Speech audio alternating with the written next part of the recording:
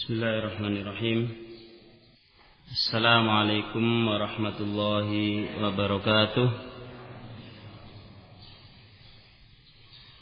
Innal hamdalillah nahmaduhu wa nasta'inuhu wa nastaghfiruh wa na'udzu billahi min shururi anfusina wa min sayyiati a'malina. May yahdihillahu fala mudilla lahu ومن يضلل فلا هادي له وأشهد أن لا إله إلا الله وحده لا شريك له وأشهد أن محمدا عبده ورسوله يا أيها الذين آمنوا اتقوا الله حق تقاته ولا تموتن إلا وأنتم مسلمون يا أيها الناس اتقوا ربكم الذي خلقكم من نفس واحدة وخلق منها زوجها وبث منهما رجالا كثيرا ونساء واتقوا الله الذي تساءلون به والأرحام إن الله كان عليكم رقيبا يا أيها الذين آمنوا اتقوا الله وقولوا قولا سديدا يصلح لكم أعمالكم ويغفر لكم ذنوبكم ومن يطع الله ورسوله فقد فاز فوزا عظيما أما بعد فإن أصدق الحديث كتاب الله وخير الهدي هدي محمد صلى الله عليه وسلم وشر الأمور محدثاتها فإن كل محدثة بدعة وكل بدعة ضلالة wa kullu dhalalatin finnar. Ikhwani fid din rahimani wa rahimakumullahu jami'a. Pertama-tama kita bersyukur pada Allah Subhanahu wa taala yang masih memberikan nikmat dan kesempatan kepada kita sehingga pada pagi hari yang berbahagia ini kita dikumpulkan dalam satu majelis, dikumpulkan dalam satu rumah dari rumah-rumah Allah Subhanahu wa taala untuk kita bersama-sama mempelajari ilmu agama, untuk kita bersama-sama menambahkan iman dan takwa kita kepada Allah Subhanahu wa taala. Ikhwani fid din rahimani wa rahimakumullahu jami'a. Sesungguhnya majelis yang seperti ini adalah nikmat yang besar dari Allah Subhanahu wa taala. Di saat kebodohan telah merajalela dan manusia telah lemah dalam menjalankan agama, maka barang siapa yang menghidupkan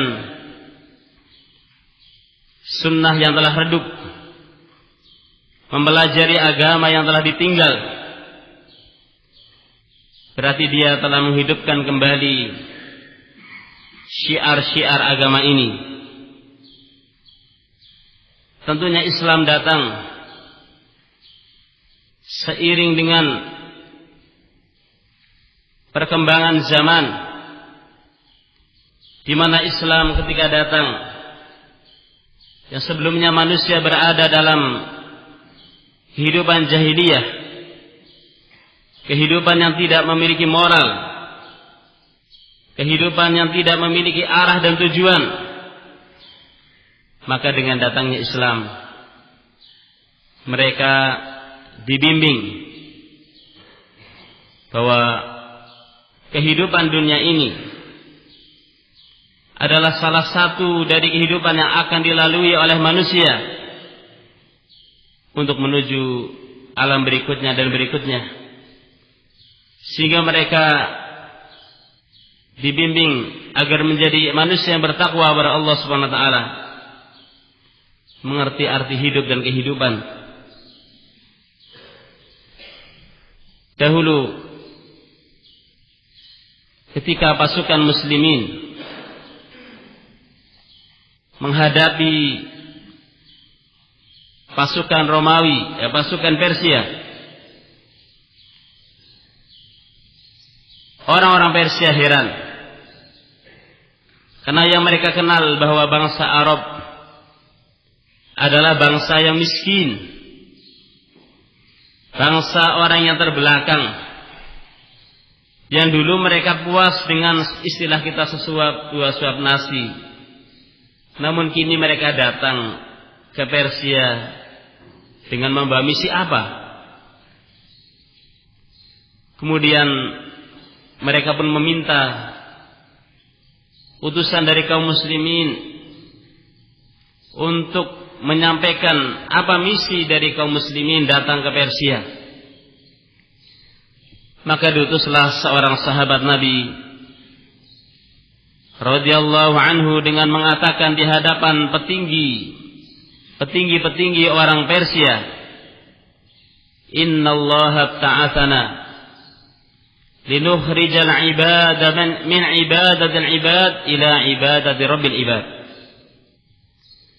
Sesungguhnya Allah mengutus kita untuk mengeluarkan manusia dari yang tadinya beribadah kepada hamba menuju beribadah kepada yang mencipta hamba, itu Allah Subhanahu wa ta'ala. Misi yang jelas dari dakwah dan jihad fi sabilillah adalah untuk mengeluarkan manusia dari perbudakan terhadap hawa nafsu, perbudakan terhadap hamba menuju penghambaan yang tulus kepada Sang Pencipta Azza wa Jalla. Masyarul hadirin rahimakumullah,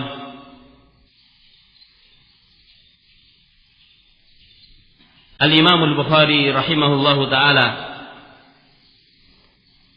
meriwayatkan hadis dari jalan sahabat Ibnu Umar radhiyallahu anhuma. Ia berkata, Rasulullah sallallahu alaihi wasallam memegang kedua pundak saya lalu bersabda, kun fid dunya ka'annaka gharibun aw 'abir sabil. Jadilah kamu di dunia ini wahai Ibnu Umar seperti orang yang asing, orang yang jauh dari tempat tinggalnya, orang yang jauh dari kampung halamannya, dari sanak familinya. Gharib aw 'abir sabil, atau seorang yang menyeberangi jalan. Maksud dari hadis ini bahwa Rasul alaihi salatu wasalam menasihati sahabat Ibnu Umar agar dia memandang dunia bukan segala-galanya, agar dia meyakini bahwa dunia ini adalah salah satu jenjang kehidupan untuk menuju kehidupan berikutnya dan berikutnya. Dunia bukanlah tempat tinggal kita selama-lamanya. Maka seorang mukmin hendaklah memantapkan dirinya bahwa di dunia ini dia adalah musafir, sedang melakukan perjalanan menuju tempat yang dituju, yaitu akhirat. Kemudian sahabat Ibnu Umar radhiyallahu anhuma mengatakan, setelah mendapatkan nasihat seperti itu dari Nabi alaihi salatu wasalam, idza asbahta fala tantadiri al-masa wa idza amsayta fala tantadiri sabah. Jika kamu berada di waktu sore, janganlah kamu menunggu untuk beramal hingga datangnya waktu pagi. Dan jika engkau berada di waktu pagi, jangan menunda beramal sampai datangnya waktu sore. Wa khudh min sihhatika li maradika wa min hayatika li mautika. Pergunakanlah masa sehatmu untuk masa sakitmu, dan gunakanlah kesempatan hidupmu untuk masa matimu. Masyaallah hadirin rahimakumullah. Jika Rasul alaihi salatu wasalam memberi nasihat dan wasiat kepada para sahabat yang mereka adalah generasi terbaik umat ini, orang-orang yang sempurna ilmu dan amal, lalu tentunya kita lebih sangat membutuhkan nasihat dan bimbingan. Bagaimana tidak? Ar-Rasul alaihi salatu wassalam, pimpinan orang-orang yang bertakwa, Allah sendiri mengatakan, ya ayuhan nabiyyu ittaqillah. Wahai Nabi, bertakwalah kamu kepada Allah. Mungkin salah seorang dari kita kalau dinasehati oleh saudaranya, ya akhi ya fulan ittaqillah, bertakwalah kamu kepada Allah. Mungkin dia akan emosi dengan mengatakan, memangnya saya enggak bertakwa? Memangnya bertakwa cuma kamu? Ya subhanallah, kalau Nabi saja yang beliau adalah Rasul Muttaqin, pimpinan orang yang bertakwa, Allah mengatakan, ya ayuhan nabiyyu ittaqillah.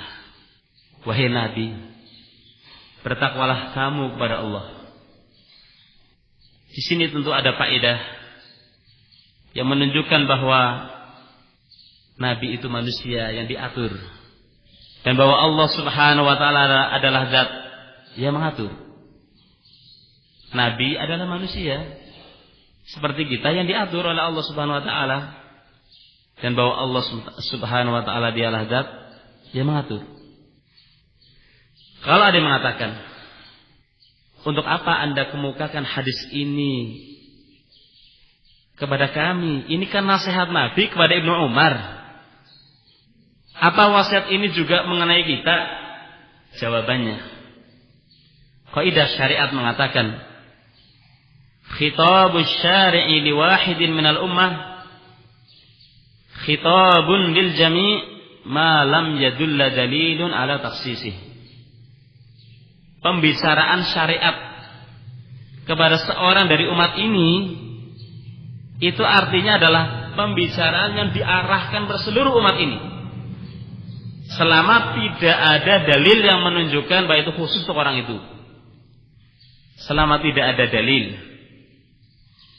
yang menunjukkan bahwa firman Allah atau sabda Nabi yang diarahkan kepada seorang dari umat ini, bahwa itu khusus untuk dia, berarti inti dari apa yang diarahkan itu adalah umum untuk seluruh umat ini. Yang intinya bahwa kita diperintahkan oleh Nabi alaihi salatu wassalam agar kita menyikapi dunia sebagai tempat yang tidak kekal, sebagai tempat yang kita akan berpindah kepada tempat yang berikutnya dan berikutnya. Masyaallah ikhwah rahimakumullah, wasiat apabila keluar dari hati yang tulus, tentunya akan bisa mendorong seorang kepada kebaikan dan mencegah dari kemungkaran, dari kejelekan. Wasiat yang keluar dari orang yang tulus akan bisa menguatkan tekad seorang dalam istiqomah di atas agama Allah Subhanahu wa taala ini. Dahulu Imam Ahmad rahimahullahu taala, di saat beliau menghadapi kekejaman penguasa, di mana beliau diteror fisiknya dan diteror mentalnya, ketika harus dipaksa mengatakan Al-Quran adalah makhluk, di saat-saat seperti itu datang seorang tak dikenal, seraya mengatakan, ya Ahmad, innaka ra'idun nasil yaum, fala takun syu'man alaihim, atau kalaman ma makna. Wahai Ahmad, kamu sekarang ini posisinya sebagai pimpinan manusia, jangan sampai kamu membawa kesialan kepada mereka. Maksud dari ucapan orang itu, wahai Imam Ahmad, tegarlah kamu di atas prinsip yang hak. Dan jangan ikuti kemauan penguasa yang batil. Jangan ikuti kemauan penguasa yang batil. Karena kalau kamu mengikuti mereka, orang-orang pun akan mengikutinya. Kemudian orang sesat karena kamu. Padahal secara hukum syariat, orang kalau dipaksa mengatakan kalimat kekufuran, kalau tidak dia dibunuh, ya, dilukai tubuhnya dan semisalnya. Aslinya dia boleh untuk apa? Mengatakan kalimat kekufuran dengan lisannya, tapi hatinya tetap beriman. Karena posisinya itu sedang dipaksa. Tapi untuk Imam Ahmad lain urusannya. Andai kata dia melakukan seperti itu, dia mengatakan Al-Quran makhluk, bagi dia nggak berdosa, karena dia dipaksa. Tapi apa kata umat? Umat taunya Imam Ahmad mengatakan seperti ini diikuti. Maka dalam kondisi seperti ini yang afdol, yang utama bagi seorang adalah tetap tidak mengambil rukhsah, tidak mengambil keringanan. Karena melihat mudaratnya yang besar. Satu contoh yang mungkin ringan saja. Sebagian pendapat mengatakan boleh seorang mengqadha salat qabla subuh langsung setelah setelah subuh. Kamu datang ke masjid untuk salat subuh, sementara kamu belum salat qabla subuh, iqamah telah dikumandangkan. Sementara kalian tahu bagaimana keutamaan salat qabla subuh. Kalian ingin mengqadhanya setelah selesai salat subuh. Tapi kalian melihat di tengah-tengah orang awam yang mereka tidak tahu maksud apa yang kamu lakukan, bisa saja menimbulkan fitnah dan salah pemahaman. Dikiranya bahwa di sana ada sholat ba'diyah subuh. Andai kata manusia belum faham dan belum tahu, dan Anda ingin melakukan qadha qabliyah subuh setelah subuh, mungkin bisa Anda lakukan di tempat yang bisa tidak ramai, tidak dilihat oleh orang yang mereka belum paham apa maksud dari apa yang kamu lakukan dari sholat tadi.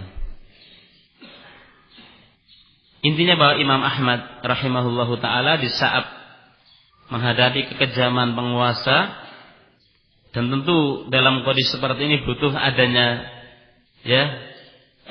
dukungan dari kaum muslimin untuk menguatkan tekadnya di atas al-haq ini. Datang seorang yang tidak dikenal, tapi tidak menjadi masalah. Orang tidak dikenal oleh manusia nggak jadi masalah. Yang penting Allah, zat yang ada di langit, mengenalnya. Apa faedahnya kita dikenal oleh manusia jika Allah berpaling dari kita? Tidak ada faedahnya sama sekali. Lebih baik seorang itu nggak dikenal, tapi di sisi Allah SWT dia orang yang mulia, wali dari wali-wali Allah Subhanahu wa taala. Rasulullah alaihi salatu wasalam pernah menyebutkan dalam hadisnya, rubba ash'atha aghbar law aqsama 'ala Allah la abarrah. Bisa jadi ada seorang yang kusut pakaiannya, berdebu tubuhnya. Penampilannya bukan penampilan orang yang najis. Orang nggak dikenal sudah, orang miskin, orang yang bukan orang yang dikenal. Tapi kalau dia bersumpah atas nama Allah, Allah akan wujudkan sumpahnya. Gak dikenal oleh orang, tetapi Allah mengenalnya. Ketika datang nasihat dari orang yang gak dikenal tadi, Imam Ahmad mengatakan, wa kana mimma qawa azmi, dan adalah nasihat orang itu di antara yang menguatkan tekad saya. Imam Ahmad tidak mengatakan, siapa kamu? Saya gak kenal kamu. Tidak. Imam Ahmad menyikapi nasihat yang bagus tadi dengan pujian. Bahkan Imam Ahmad mengatakan wa kana mimma qawa azmi, dan adalah nasihat tadi di antara yang menguatkan tekad saya. Maksud dari ini semua bahwa siapapun kita, apakah dia orang yang banyak ibadahnya, orang yang sudah mendalam ilmunya, orang yang luas pengetahuannya, tetap membutuhkan adanya nasihat dan bimbingan. Apa tidak cukup bagi kita untuk memahami hal ini adalah firman Allah Subhanahu wa taala, "Ya ayyuhan nabiyyu ittaqillah." Wahai nabi, kata Allah, bertakwalah kamu kepada Allah. Jika ini nabi dinasihati oleh Allah, diwasiat untuk bertakwa, tentu kita lebih dari itu. Masyarul ikhwah rahimakumullah. Kalau kita perhatikan hadis Ibnu Umar tadi, di mana Rasul alaihi salatu wasallam memegang kedua pundak Ibnu Umar sebelum memberikan nasihat, sebelum menyampaikan wejangan. Tentu di sini ada faedah bahwa seorang guru, seorang mubaligh berusaha agar orang yang diajak bicara itu nantinya perhatian dan siap menyerap apa yang akan disampaikan. Tentu dengan dipegangnya pundak Ibnu Umar ada perhatian khusus dari Nabi alaihi salatu wasallam. Dan di sini ada dalil bolehnya seorang guru atau seorang pemberi nasihat memegang anggota badan orang yang dinasihati. Dahulu sahabat Ibnu Mas'ud radhiyallahu anhu menceritakan bahwa Rasul alaihi wasallam mengajarkan kepada kami tasyahud seperti mengajarkan kami Al-Fatihah, di mana tanganku di antara tangan beliau, telapak tanganku di antara kedua telapak tangan beliau. Demikian pula Nabi alaihi wasallam pernah menepuk paha salah seorang sahabatnya ketika memberikan nasihat, tapi tidak ada niatan jahat menepuk. Itu kan ada yang niatannya berbuat jelek dan ada yang untuk memberikan perhatian. Tentu sudah dimaklumi, andai kata ingin menyentuh ya otomatis bagian-bagian tubuh yang bukan aurah tentunya. Yang inti daripada orang yang menyentuh tubuh orang yang akan dinasihati, bagaimana orang itu perhatian dengan apa yang akan disampaikan. Dan lihat bagaimana dekatnya Nabi dengan para sahabat. Nabi itu dekat dengan sahabat. Jangan seorang ketika dia sudah mendalam ilmunya, tinggi posisinya, kemudian jauh dari orang lain. Gak seperti itu petunjuk Nabi alaihi salatu wasallam. Nabi alaihi salatu wasallam seorang yang sayang dengan sahabatnya. Nabi duduk dengan para sahabat, mengerti hajat dan kebutuhan mereka. Adapun orang yang tampil garang, merasa dirinya sudah mendalam ilmunya atau tinggi kedudukannya, orang seperti ini jauh dari bimbingan Nabi alaihi salatu wasallam. Kewibawaan bukan karena seorang itu tampil garang. Kewibawaan itu adalah ketika seorang betul-betul menampilkan ilmu yang terpendam dalam benaknya, dalam amaliyah nyata. Inilah hakikat yang tidak bisa ditolak, bahwa Allah Subhanahu wa taala akan menjadikan hati-hati manusia itu cinta kepada orang yang berilmu dan beramal shalih, yang tulus dalam berilmu dan beramal shalih. Masyarul hadirin rahimakumullah. Rasul alaihi salatu wasallam mengatakan, kun fid dunya ka'annaka gharibun aw 'abir sabil. Tentunya sudah menjadi tugas Nabi alaihi salatu wasallam untuk menyampaikan amanah, dan tidak ada satu kebaikan pun kecuali Nabi telah sampaikan kepada umat agar umat ini menjalankannya. Dan tidak ada satu kejelekan pun yang akan menimpa umat ini kecuali Nabi telah memperingatkan umat ini agar jauh darinya. Seperti itu Nabi alaihi salatu wasallam, seorang yang penyayang terhadap umatnya.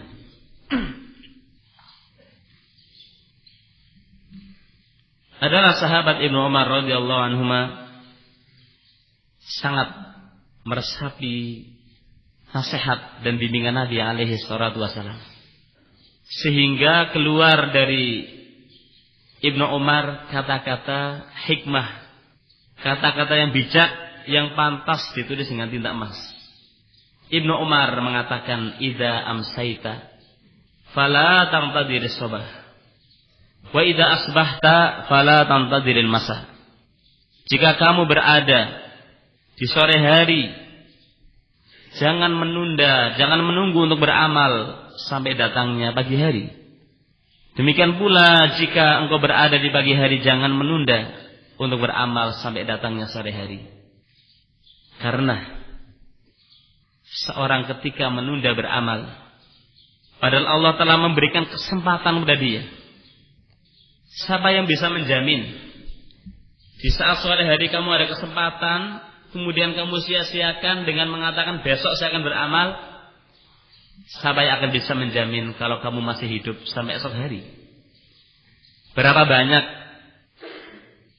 orang berada di sore hari, keesokan harinya datang tapi orangnya telah pergi. Harinya tetap datang, orangnya telah meninggal.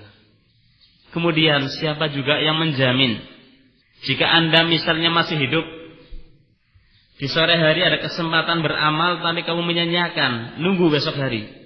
Siapa yang bisa menjamin besok hari kamu masih punya tekad dan semangat untuk beramal? Berapa banyak orang yang berandai-andai ingin beramal, kemudian dia menyanyiakan kesempatan yang ada, giliran dia akan beramal, ternyata tekad itu sudah melemah. Tekad sudah apa? Melemah. Dan ini nyata sekali. Sama dengan orang yang mungkin berandai-andai, jika saya punya uang 10 juta saya akan berinfak sekian-sekian. Ini uang belum di tangan. Jadi kalau sudah di tangan mungkin lain pikirannya. Ini uang untuk modal ini, modal itu. Lupa dia. Jangan terlalu bermuluk-muluk untuk beramal. Selama sekarang ada kesempatan beramal, walaupun sedikit lakukan. Orang gak akan mungkin dia mengamalkan yang besar kalau gak terbiasa dengan yang kecil. Apa orang akan berinfak ketika dia punya uang 10 juta mau infak 1 juta misalnya, sementara ketika dia punya uang 10 ribu gak mau buat infak 1000 misalnya? Gak akan mungkin. Sesuatu itu datang dari yang kecil dahulu, baru setelah itu kepada yang besar. Kemudian juga dengan kita menunda beramal, maka tugas akan bertumpuk-tumpuk, beban akan banyak, sehingga Anda tahu bagaimana kalau orang itu bebannya terlalu banyak, andai kata semuanya dilakukan tidak maksimal. Seperti itu. Andai kata dilakukan semua tidak maksimal.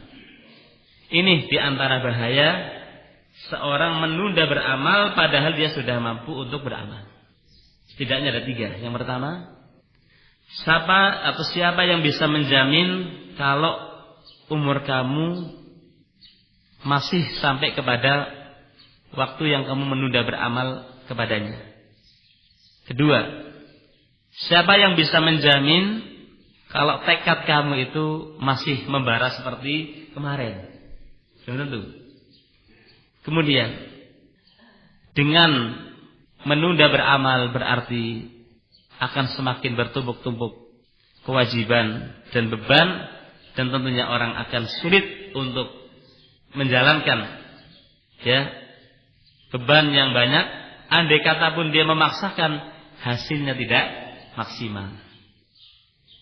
Kemudian Ibnu Umar mengatakan, wa khudh min sihhatika di maradika. Pergunakanlah masa sehatmu untuk masa sakitmu. Selama orang itu sehat, dia masih bisa beramal dengan leluasa, dan dia bisa memberi manfaat untuk dirinya dan orang lain. Tapi ketika dia sakit, bagaimana dia akan bisa beramal membantu orang lain sementara dirinya sendiri juga apa? Tidak mampu. Walaupun sakit itu sendiri, kalau disabari, akan mendatangkan pahala dari Allah Subhanahu wa ta'ala. Tapi kondisi orang sehat nggak sama dengan orang sakit. Orang kalau sehat itu dia bisa beramal, bisa membantu orang lain, mengangkatkan barang orang di atas kendaraannya, menyeberangkan orang di jalan, bisa menjenguk orang yang sakit, mengikuti jenazah. Tapi kalau sakit, banyak dari amalan-amalan itu tertunda, tertahan. Jangan amalan-amalan yang bermanfaat untuk orang lain, untuk diri sendiri pun tertunda. Sehingga sehat itu adalah nikmat. Sehat adalah nikmat yang harus kita jaga. Kemudian pergunakanlah masa hidupmu untuk kematianmu. Seperti inilah hakikat dunia. Bahwa kita ibaratnya hanya beristirahat sesaat di dunia ini, kemudian akan melanjutkan kembali perjalanan yang panjang, perjalanan yang tidak ada ujungnya, perjalanan menuju alam yang abadi, akhirat yang padanya ada surga dan padanya ada siksa. Masyaallah ikhwah rahimakumullah. Sebelum kita melanjutkan penjelasan tentang hadis ini, kiranya akan saya sebutkan biografi singkat tentang sahabat Ibnu Umar ini. Mungkin kita sering membaca hadis, kemudian kita mendapatkan di situ an Ibnu Umar dari Ibnu Umar. Ibnu Umar berkata dan semisalnya. Sebenarnya siapa Ibnu Umar? Ibnu Umar adalah Abdullah Ibnu Umar Ibnu Al-Khattab Al-Adawi Al-Qurashi. Dia adalah Abdullah bin Umar Ibnu Al-Khattab Al-Adawi Al-Qurashi, termasuk dari kabilah Quraisy, suku terpandang dari suku orang apa? Arab. Ibnu Umar ini dikatakan masuk Islamnya itu lebih dahulu dari bapaknya Umar bin Khattab. Masuk Islamnya itu lebih dahulu, kurang lebih ketika berumur 7 tahun. Sudah diberi oleh Allah ilham untuk mencintai agama ini. Sehingga Anda kalau melihat ada anak kecil kok sudah ada kecenderungan kepada al-haq, ada anak kecil kok ya perhatian terhadap agama ini, insya Allah diharapkan anak kecil ini nanti tumbuh dewasa akan bermanfaat bagi dirinya, bagi ya keluarganya, bagi umatnya. Nah, biasanya orang itu terlihat dari masa kecilnya, itu sudah ada ciri-ciri, tanda-tanda ini orang sepertinya nanti jadi orang apa? Hebat ini. Ya, walaupun kita tidak tahu. Kenapa? Karena berapa banyak orang yang mungkin awalnya bagus, ternyata ujungnya apa? Jelek. Kita tidak tahu. Yang jelas harapan seorang jika tumbuh di atas kebaikan, semoga kebaikan ini terus berlanjut sampai ya ajal ya tiba. Ibnu Umar termasuk dari salah satu dari sekian sahabat Nabi yang banyak meriwayatkan hadis dari Nabi alaihi salatu wasallam. Yang namanya sahabat, kalau mereka melihat apa yang Nabi lakukan atau mendengar Nabi memberikan ceramah atau nasihat, itu mereka nukil. Mereka nukil kepada kita sebagai ilmu. Karena apa yang keluar dari Nabi alaihi salatu wasallam itu adalah syariat. Perbuatan Nabi adalah syariat, ucapan Nabi adalah syariat.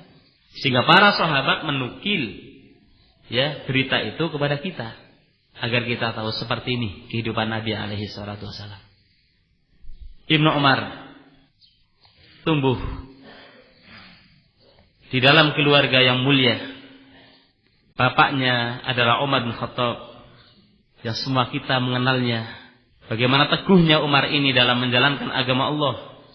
Bagaimana Umar ini besarnya perjuangannya dalam menegakkan syariat Allah Subhanahu wa taala. Ibnu Umar itu anaknya. Abdullah bin Umar anaknya Umar Ibnu Khattab. Aisyah radhiyallahu anha memuji sahabat Ibnu Umar. Ma ra'aitu ahadan alzamu lil amril awwali min Ibnu Umar. Belum pernah aku melihat seorang yang lebih berpegang teguh dengan perkara yang pertama, dari Ibnu Umar. Maksudnya, belum pernah aku melihat seorang yang konsisten dengan mengikuti jalannya Nabi dan para sahabat lebih daripada konsistennya, istiqomahnya Ibnu Umar ya dalam memegang agama ini. Seperti ini hendaknya antara alim satu dengan saling memuji. Aisyah itu ulamanya sahabat, Ibnu Umar juga termasuk ulamanya sahabat. Tapi kalian lihat bagaimana antara mereka saling memuji. Bukan hasad, bukan iri, bukan dengki, bukan merasa ya tersaingi oleh fulan atau alan. Jangan. Justru Anda senang jika ada orang yang lebih alim dari Anda dan Anda menimba ilmu darinya. Anda senang jika ada orang yang alim kemudian orang itu menebarkan ilmunya. Tugas kamu jadi teringankan karena ada orang alim yang lainnya. Bukan malah kemudian yang merasa tersaingi. Ini jauh sekali dari akhlaknya sahabat. Ya, jauh sekali dari akhlaknya sahabat. Aisyah itu faqihatus sahabat, alimnya sahabat. Tapi bagaimana pujian dia terhadap Ibnu Umar. Dan Ibnu Umar pun memuliakan Aisyah luar biasa. Pada suatu saat Ibnu Umar datang kepadanya berita bahwa orang yang menyolati jenazah mendapatkan 1 qiraat, orang yang menyolati dan mengantar mendapatkan 2 qiraat. Qiraat itu pahala 1 qiraatnya seperti apa? Yang terkecilnya seperti Gunung Uhud. Gunungnya ada di Madinah. Artinya pahala besar. Ibnu Umar dengar hadis itu, tapi belum pernah dengar dari Nabi. Dia ingin mengecek kebenaran hadis ini. Dia mengutus seorang. Waktu itu dia di masjid memegang kerikil, kemudian mengutus seorang, tolong kamu datang pada Aisyah, tanyakan hadis ini, benar enggak Nabi alaihi wasallam bahwa orang yang mengantar jenazah, menyolati dan mengantar jenazah mendapatkan 2 qiraat. Ibnu Umar enggak dengar waktu itu. Kemudian utusan itu datang pada Aisyah. Kemudian Aisyah mengatakan iya, seperti itu. Kemudian utusan ini datang menghadap Ibnu Umar seraya mengatakan, ya, sungguh kita telah terlewat sekian banyak dari pahala. Sungguh kita telah terlewat sekian banyak dari qiraat. Maksudnya, kenapa baru sekarang saya tahu hadis ini? Berarti saya sudah terlewat sekian banyak kebaikan. Dilemparkanlah batu itu yang ada di tangannya. Menyesal dia. Kenapa baru tahu saya hadis ini? Ini orang kalau seleranya tinggi, itu menyesali faedah yang terlewat. Bukan dunia yang terlewat, ya, bukan menyesali faedah yang terlewat. Ini menunjukkan bagaimana para sahabat adalah orang yang paling semangat dalam beramal. Sampai mereka menyesal jika ada dari hadis Nabi yang mereka belum tahu, kemudian mereka baru tahu, terlewat, ya kebaikan. Kemudian Ibnu Umar seorang yang zuhud terhadap dunia. Ibnu Umar itu tokoh harismatiknya sahabat. Dan bahkan ketika beliau masih muda, itu pemuda idola sudah. Sampai-sampai Ibnu Mas'ud mengatakan, enggak pernah aku melihat seorang pemuda yang tahan dirinya dalam menyikapi dunia lebih daripada Ibnu Umar. Umumnya pemuda itu kan larut. Apalagi di era globalisasi seperti ini, yang seperti yang sudah kalian dengarkan 2 hari yang lalu. Ya, bagaimana era globalisasi ini banyak kemudian pemuda-pemuda kita tidak bisa menempatkan diri mereka, terbawa oleh arus globalisasi. Padahal andai kata penemuan-penemuan mutakhir itu kita manfaatkan untuk kebaikan, tentu akan berfaedah bagi kita. Kita bukan umat yang mengingkari atau menolak adanya penemuan mutakhir. Tapi yang kita tolak adalah ketika penemuan mutakhir ini dimanfaatkan untuk hal-hal yang negatif, hal-hal yang mengandung kemaksiatan kepada Allah Subhanahu wa taala. Tidak pernah kami melihat seorang pemuda, atau kata Ibnu Mas'ud, inna min amlaki syababi Quraisy li nafsihi anid dunya Abdullah ibnu Umar. Abdullah ibnu Umar. Sesungguhnya pemuda Quraisy yang paling mampu menahan dirinya dari tenggelam dalam kemewahan dunia adalah sahabat Abdullah bin Umar. Padahal secara umum seorang kalau dia itu punya posisi, apalagi Ibnu Umar itu seorang yang karismatik. Kalau dia orang yang rakus terhadap dunia, mungkin dia ya sudah menjadi orang yang luar biasa kekayaannya. Tapi Ibnu Umar dia tahu dunia hanya batu loncatan untuk menuju alam berikutnya. Bukan di sini tempat tinggal kita. Dan bukanlah agama diamalkan untuk mencari dunia. Sehingga sampai-sampai ketika ada seorang datang masuk ke rumah Ibnu Umar, itu perkakasnya kalau dihitung, diuangkan itu nggak lebih dari 100 dirham. Nggak lebih dari 100 dirham. 100 dirham itu berapa ya? Kalau 200 dirham itu kurang lebih 597. Taruhlah 300 dirham, ya. 300 gram. 300 gram perak. Kalau perak harganya berapa? 30.000. Taruhlah 300 gram berapa? Yang 1.000 ya. Gitu. Artinya tidak terlalu banyak harta yang ada di rumah Ibnu Umar. Itu perkakasnya. Artinya beliau adalah seorang yang zuhud terhadap dunia. Ibnu Umar pernah bermimpi bahwa dia dibawa oleh dua orang. Dalam mimpinya dia dibawa ke neraka. Bukan masuk, tapi diperlihatkan badannya neraka. Tiba-tiba diperlihatkan badannya neraka itu seperti sumur yang bulat. Kemudian atasnya ada tebingannya. Ini model sumur dahulu itu kan ada apa? Kayu di atas sumur untuk apa? Ngikat, kayak gitu. Kemudian Ibnu Umar melihat di dalam sumur itu orang-orang yang sebagian dia kenal. Dia mengatakan, "A'udzubillahi minan nar." Aku berlindung pada Allah dari api neraka. Kemudian datang pada dia seorang malaikat mengatakan, "Lan tura'a." Enggak perlu khawatir. Kamu enggak masuk. Kamu enggak apa? Masuk sini. Setelah dia bangun, dia menceritakan mimpinya kepada Hafsah binti Umar, saudarinya. Mimpi tadi dikisahkan, diceritakan. Kemudian Hafsah menceritakan kepada Nabi alaihi salatu wasallam. Kemudian Nabi mengatakan sebaik-baik orang adalah Ibnu Umar. Seandainya dia itu qiyamul lail, seandainya dia itu salat malam. Maka setelah itu sahabat Ibnu Umar tidak pernah meninggalkan qiyamul lail. Ini menunjukkan bahwa qiyamul lail adalah amalan termasuk dari amalan yang ampuh yang bisa menjauhkan seorang dari api neraka. Ini adalah pujian langsung dari Rasulullah alaihi salatu wasallam. Sebaik-baik orang adalah Ibnu Umar. Seandainya dia itu qiyamul lail, salat di malam hari. Setelah itu sahabat Ibnu Umar tidak pernah meninggalkan qiyamul lail. Jadi kebiasaan salat malam yang kita lakukan di bulan Ramadan ini jangan kemudian putus ketika nanti Ramadan berakhir. Kenapa ketika Ramadan kita semangat, kemudian di luar Ramadan kita enggak mau beramal?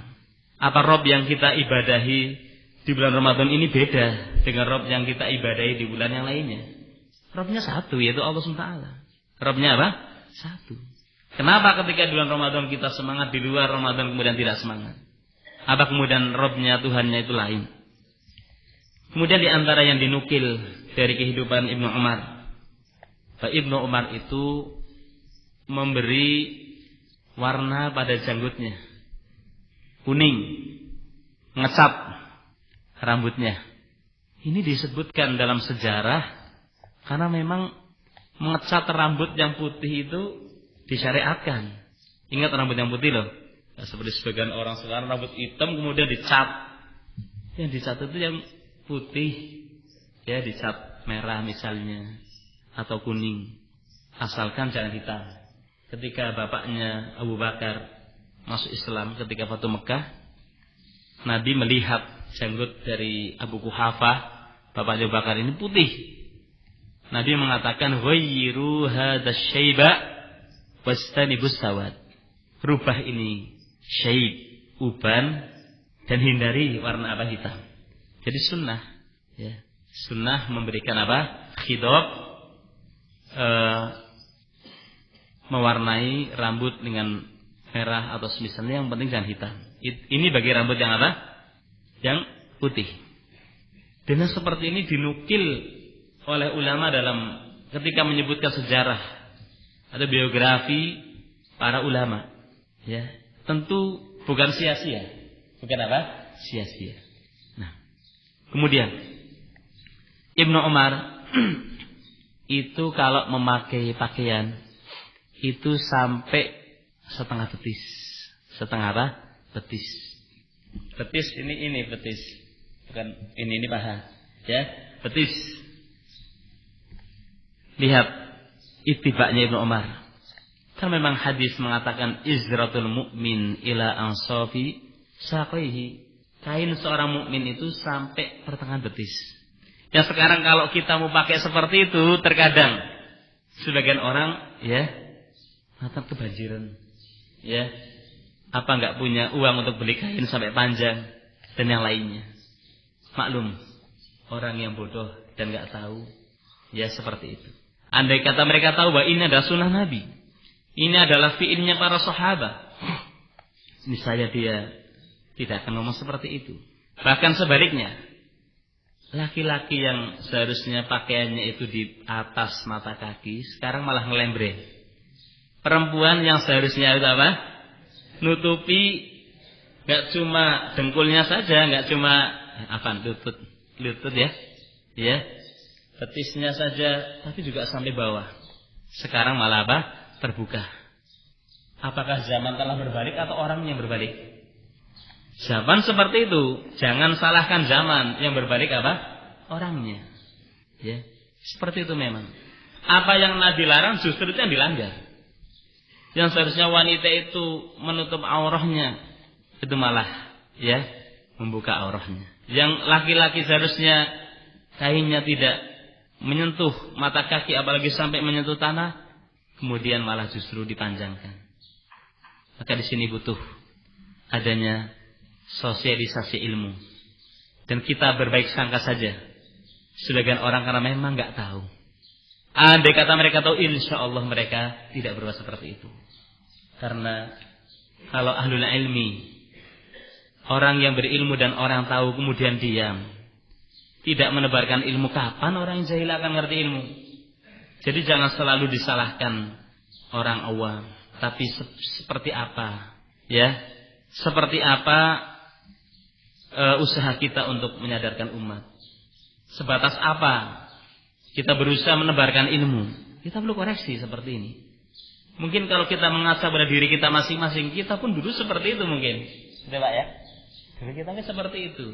Sekarang kita tahu, kita ngerti, ya karena kita belajar. Andai kata kita tidak diberi hidayah oleh Allah, mungkin juga kita nggak ngerti.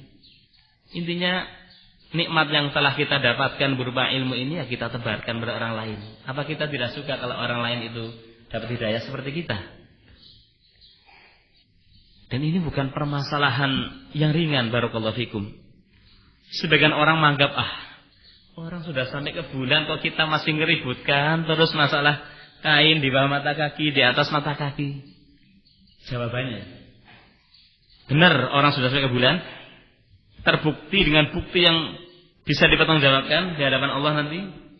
Itu pertama. Yang kedua, andai kata pun orang sudah sampai di bulan, mau apa? Ya, mau apa? Sudah sampai ke bulan. Apa faedah dari kecanggihan jika ujung-ujungnya adalah api neraka? Ya, Islam itu mengajarkan peradaban yang tinggi, yang mulia. Sehingga permasalahan agama ini jangan dianggap ringan, karena inilah letak daripada kewibawaan umat. Jika umat itu meninggalkan agamanya, kapan mereka akan tampil di hadapan musuhnya berwibawa? Sampai-sampai dahulu di di zaman sahabat ketika mereka berperang dengan orang-orang musyrikin, sahabat menjalankan sunnah memakai siwak.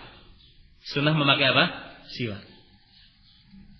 Orang-orang yang tidak terbiasa melihat siwak, melihat dari kejauhan, ini sahabat, ini kaum muslimin memakan kayu.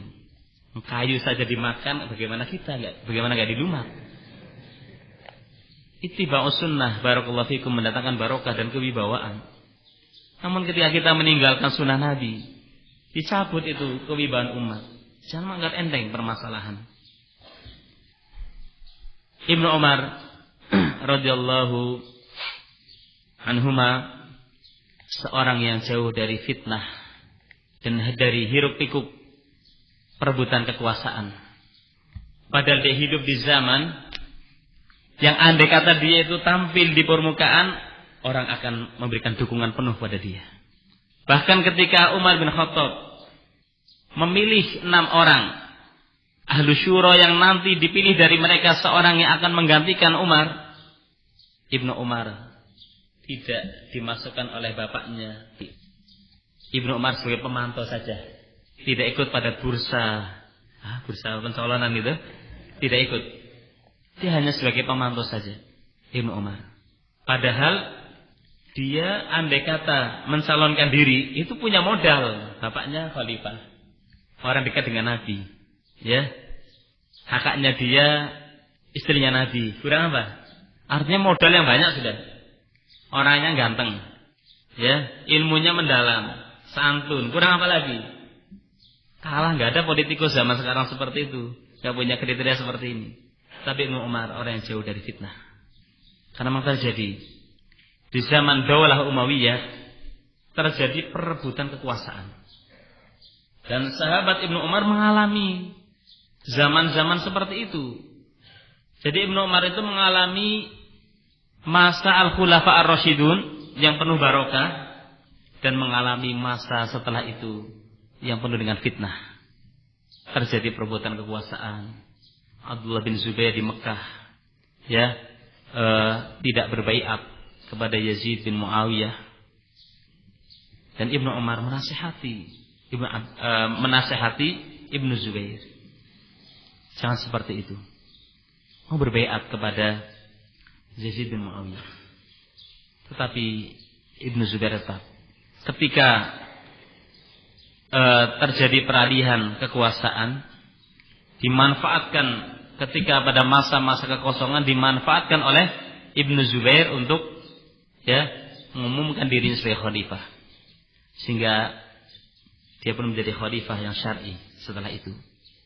Tapi ujung-ujungnya Ibnu Zubair terbunuh dan kepalanya digantung. Ketika terbunuh dan kepalanya digantung, Ibnu Umar mengatakan kepada, ya, jenazah Ibnu Zubair, bukankah dulu saya telah menasihati kamu, tinggalkan yang seperti ini, tapi kamu malah apa? Tetap menolak. Ibnu Umar orang jauh daripada apa? Fitnah kekuasaan, jauh daripada hiruk pikuknya kehidupan dunia. Dan dia pun mengalami masa-masa kekejaman penguasa, di mana Ibnu Umar sampai pada zaman Abdul Malik bin Marwan. Ini adalah masa Daulah Umayyah, di mana waktu itu Al-Hajjaj bin Yusuf, gubernur Irak, adalah orang yang kejam, membunuh para ulama, membunuh orang yang tidak berdosa. Ribuan kepala sudah melayang dengan pedangnya. Ketika musim haji datang, maka Abdul Malik bin Marwan mengutus sahabat Ibnu Umar menjadi Amirul Haji, pimpinan apa? Jamaah haji. Ternyata Al-Hajjaj bin Yusuf gak senang, ya, dia merasa, ya, gubernur, ya, orang dekat dengan khalifah, kok orang lain yang dijadikan apa? Amirul Haji, pimpinan haji. Padahal ya harusnya Hajjaj ngaca, ya, dia dengan Ibnu Umar seberapa keilmuannya. Haji ini kan bukan masalah aman saja, haji itu kaitannya dengan masalah hukum. Nah, kalau orang ketika haji kemudian nggak ngerti hal ini hal itu, tanya kepada Al-Hajjaj bin Yusuf, ya, yang memang dari sisi fisik kuat dia, pedangnya luar biasa. Tapi apa bisa menjawab kiranya pertanyaan-pertanyaan yang kaitannya dengan amalan haji? Abdul Malik ibn Marwan sudah benar ketika mengutus Ibnu Umar sebagai Amirul Haji. Sebagian ahli sejarah mengatakan bahwa Ibnu Umar terkena goresan tombak salah seorang pasukan Al-Hajjaj bin Yusuf. Dia sudah diisi oleh racun, tersenggol gitu aja. Dan kata sebagian ahli sejarah, ini tidak mustahil. Ya, ini tidak mustahil dilakukan oleh Al-Hajjaj terhadap Ibnu Umar. Sampai Anas bin Malik saja mau dibunuh. Anas bin Malik mau dibunuh oleh Al-Hajjaj. Nah, artinya Ibnu Umar seorang yang mendalam ilmunya, dibutuhkan oleh umat, dijadikan sebagai Amirul Hajj oleh Khalifah Abdul Malik ibn Marwan. Mungkin hanya seperti ini sekilas tentang biografi sahabat yang mulia Ibnu Umar radhiyallahu anhuma. Dan kalau kita ingin lebih tahu mendalam, tentunya kita melihat pada kitab-kitab yang memuat biografi para sahabat. Di antaranya adalah Al-Isabah karya Ibnu Hajar, As-Siyar karya Az-Zahabi dan semisalnya. Tapi ada satu ciri yang sangat kental sekali pada diri Ibnu Umar, bahwa dia adalah orang yang sangat ittiba terhadap Nabi alaihi salatu wasallam. Orang yang sangat mengikuti terhadap Nabi alaihi salatu wasallam. Sampai pun jika Nabi pernah ketika dalam perjalanan mengikatkan kendaraannya di suatu pohon, maka Ibnu Umar pun suatu saat ketika melewati jalan itu ngikat di pohon itu juga di tempat yang sama. Tapi ini pendapat Ibnu Umar. Adapun pendapat bapaknya Umar bin Khattab tidak. Bahkan pohon-pohon seperti itu ditebangi sama Umar. Takut dijadikan sebagai apa? Tempat yang nanti tidak baik.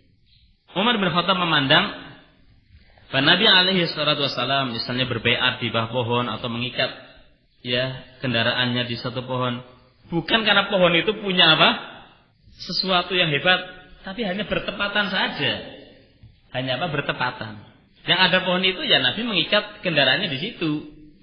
Kan lain antara yang memang bertepatan dengan yang memang Nabi menyengaja mengikatkan di situ. Nah, kalau Ibnu Umar memahami Nabi menyengaja mengikatkan di situ sehingga dia mengikat kendaraannya di situ. Sementara Umar memandang bahwa itu hanya sifatnya bertepatan saja. Dan pendapat Umar inilah yang lebih kuat.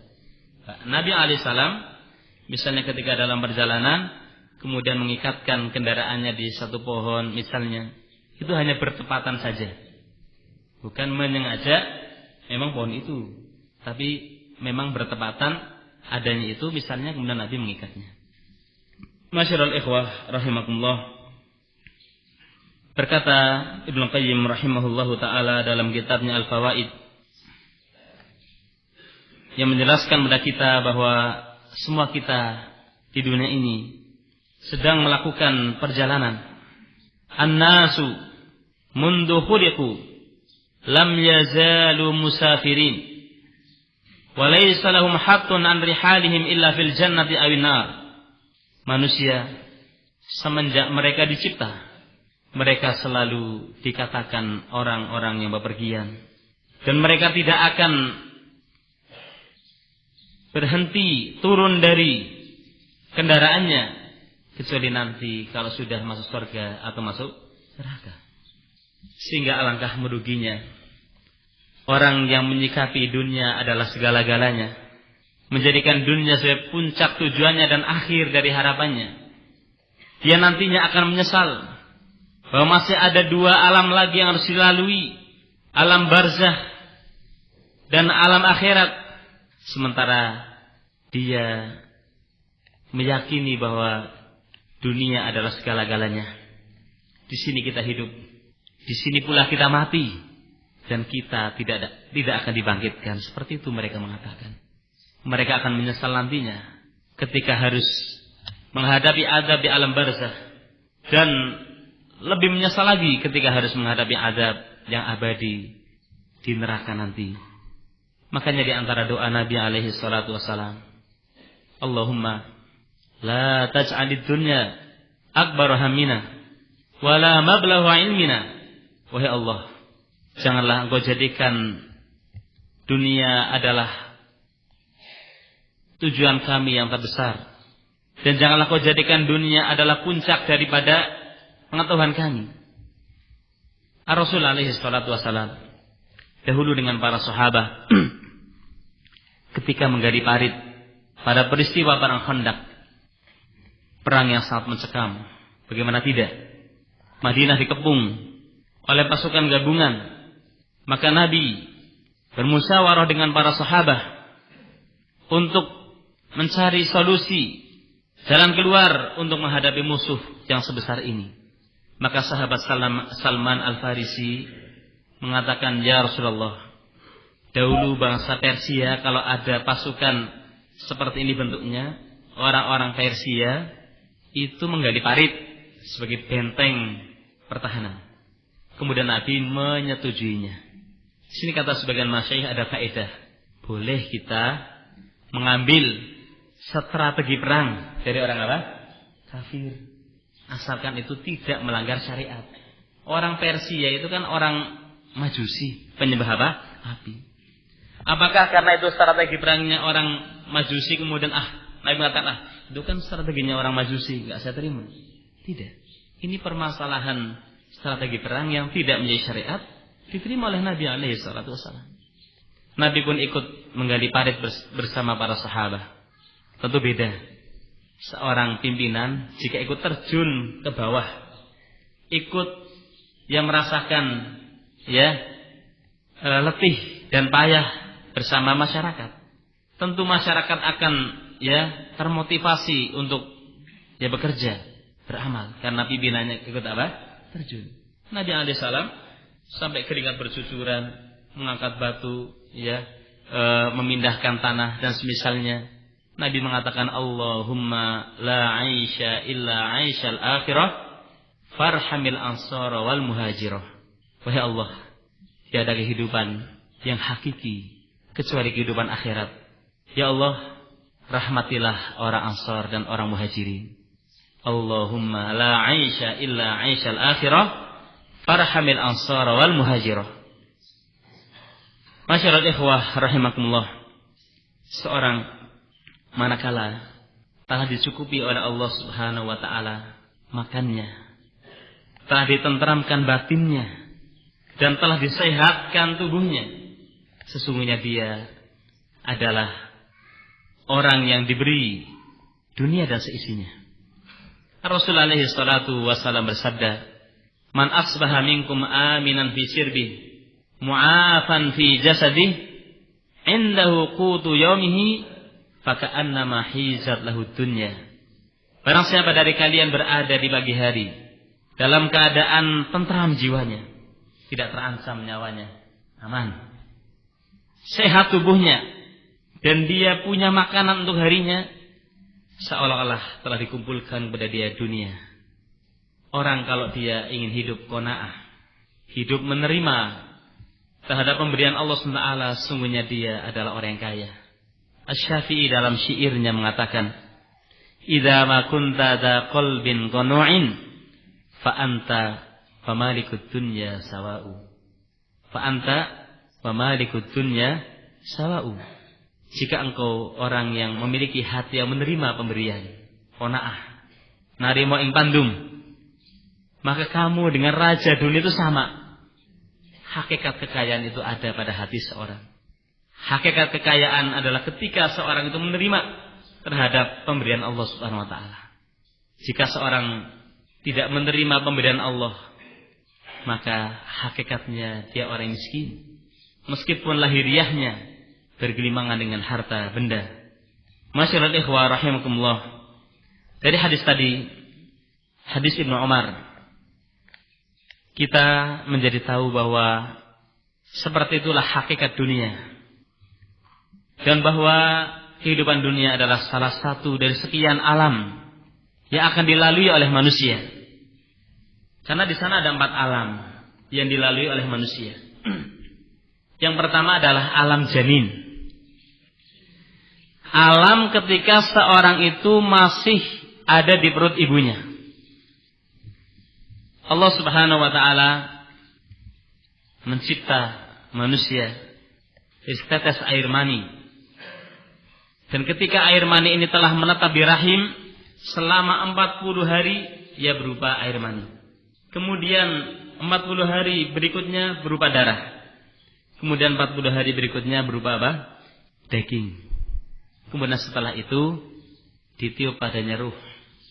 Dan Allah Subhanahu wa taala mengutus malaikat untuk menulis amalnya, rezekinya, ajalnya, bahagia dan celakanya. Jadi sebelum seorang terlahir di muka bumi itu sudah tertulis rezekinya, sudah tertulis ajalnya, sudah tertulis amalannya, bahagia dan celakanya sudah tertulis. Kemudian ketika sudah saatnya lahir, maka terlahirlah janin tadi ke alam dunia, berpindah dari alam yang sempit kepada alam yang luas. Dan masing-masing alam ya, yang sebelumnya lebih luas, yang setelahnya lebih luas daripada yang sebelumnya. Alam dunia lebih luas daripada alam janin. Alam kubur lebih luas daripada alam dunia. Alam akhirat lebih luas daripada alam kubur. Seperti itu. Jadi ketika telah berumur 4 bulan, janin itu ditiup padanya ruh. Sehingga di sini ada hukum jika terjadi keguguran. Seorang wanita yang mengandung kemudian terjadi keguguran ketika misalnya baru hamil 2 bulan, berupa darah misalnya. Maka di sini darah yang keluar darinya itu tidak dihukumi darah nifas, tapi dihukumi darah kotor. Ya kan? Dihukumi darah kotor. Andai kata keluar berupa daging misalnya, belum ditiup padanya ruh, maka hukumnya tidak sama dengan hukum manusia yang dikafani, disolati, dikubur. Beda. Ya, beda. Jadi kalau misalnya terjadi keguguran, kemudian keluar berupa daging, belum membentuk manusia, belum ditiup padanya ruh, maka daging tadi tidak diperlakukan seperti orang dari sisi tidak dimandikan, tidak dikafani, tidak disolati, karena ini bukan manusia, belum berupa manusia, belum ditiup padanya ruh.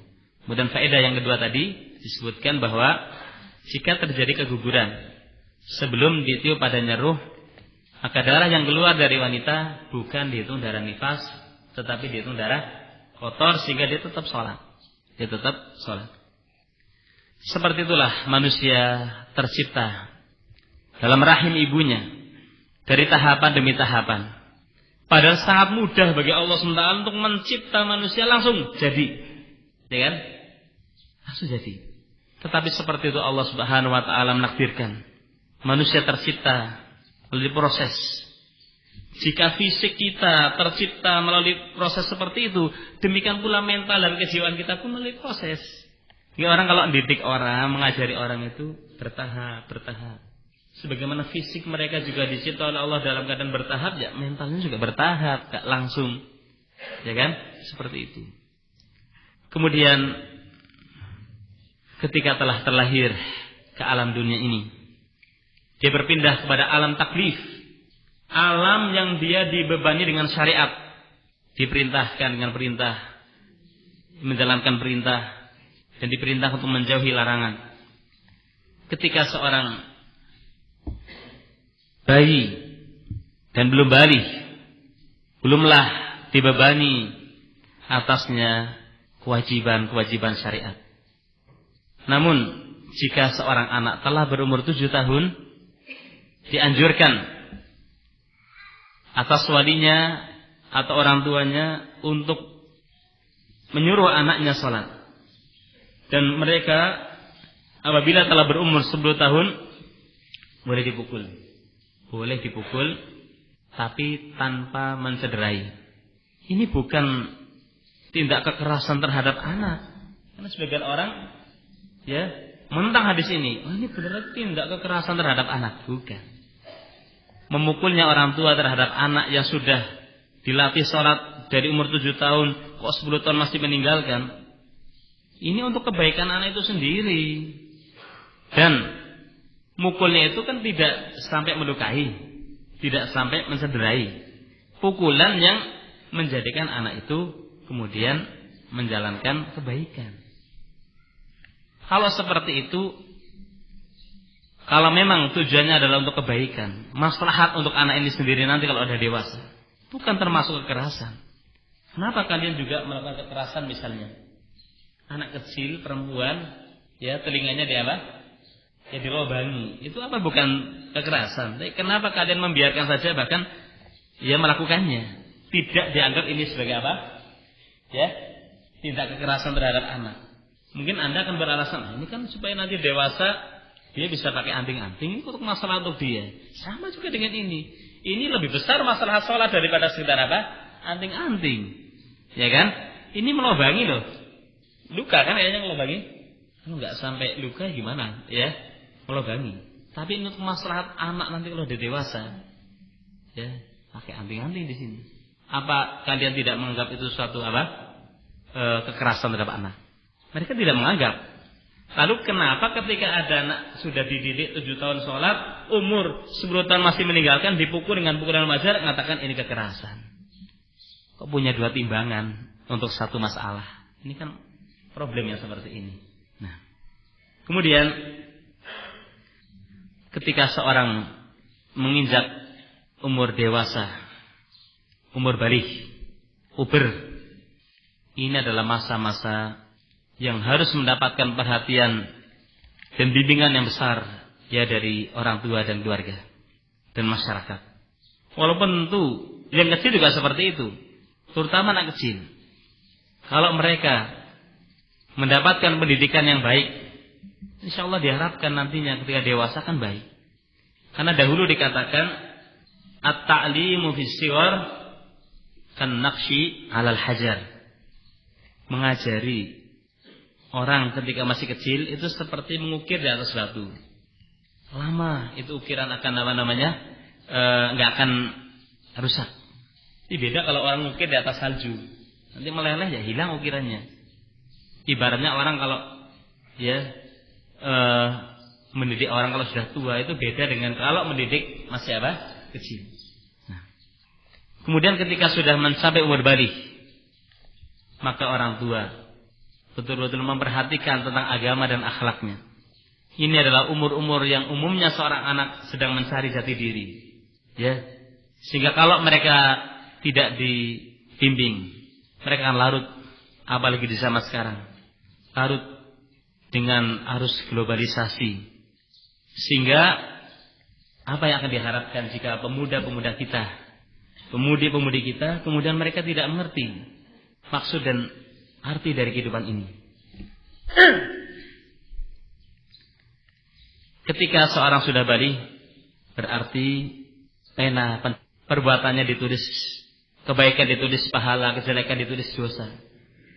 Tidak seperti sebagian orang, ini belum berumur 18 tahun, berarti ini masih kecil, kalau berbuat kejahatan ya belum dihukum. Loh, umur 14 tapi sudah baligh, sudah berlaku atasnya taklif pembebanan. Ditulis kejahatan, ditulis dosa, kebaikan ditulis pahala. Kemudian sampai mencapai umur 35 tahun. Ini adalah umur-umur yang sangat menentukan sekali. Jika umur baligh sampai 35 tahun ini betul-betul dimanfaatkan untuk kebaikan, insya Allah nantinya dia akan memetik hasilnya. Dan ini adalah umur yang dinamakan umur syabab, umur pemuda. Nah, 50 tahun jangan ngaku muda lagi kan. Ya. Kemudian setelah 35 sampai ya 50-an atau 60-an sudah lain lagi. Nanti kalau sudah umur 60 ke atas sudah syekh ya. Sudah umur syekh. Ini apa? Syekhu kalau sudah tua. Orang kalau sudah diberi umur 60 atau 70 tahun ternyata belum sadar, alasan apa yang akan dikemukakan di hadapan Allah nanti di hari kiamat? Ya. Allah telah memberi udzur kepada seorang kalau sudah diberi umur 60 atau 70 tahun. Alasan apa coba? Allah Subhanahu wa taala mengatakan, "Awalam nu'ammirkum ma yatadzakkaru fihi man tadzakkar?" Bukankah kami telah memberikan umur kepada kalian dengan satu umur yang menjadi ingat orang yang ingat. Wa ja'akumun nadhir, dan telah datang pada kalian pemberi peringatan. Sebagian salaf menafsirkan peringatan adalah uban yang ada di rambut. Ini peringatan. Orang kalau ubannya telah menyala di kepalanya, menyala kan? Uban itu akan menyala sehingga dilarang untuk dicabut. Tapi boleh untuk disemir selain seger hitam. Ya. Ini adalah peringatan dari diri kita. Jika kulit telah keribut, kekuatan telah melemah, rambut telah menyala karena beruban, mau apa lagi? Kapan kamu akan bertobat? Matahari mau tenggelam. Ayo cepat-cepat kita mengemasi barang-barang kita.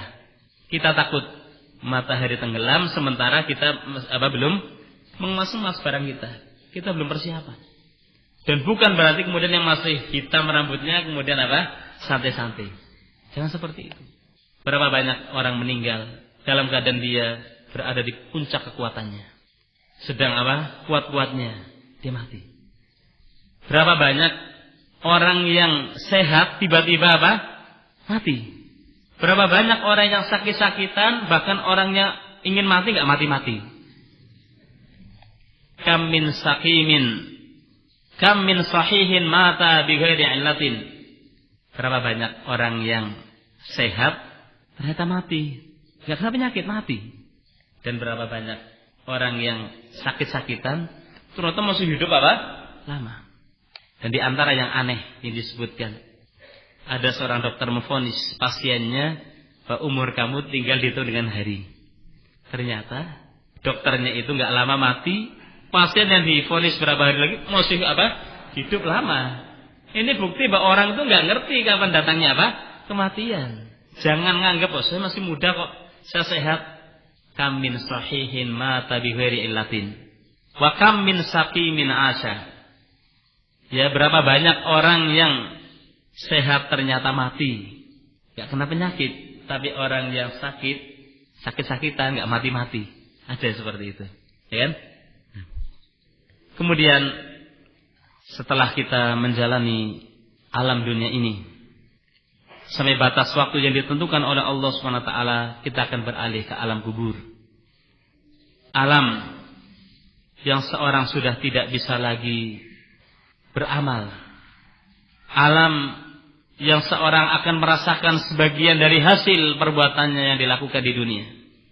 Maka berbahagialah bagi orang yang mempersiapkan diri dengan amal kebaikan untuk datangnya hari yang dia sudah tidak bisa lagi beramal.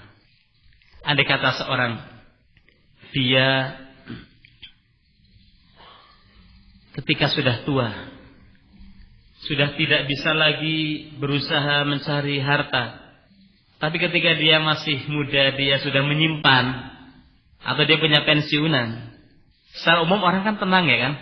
Orang tenang kalau punya pensiunan misalnya. Orang tenang ketika sudah tua, sudah tinggal metik hasilnya, nggak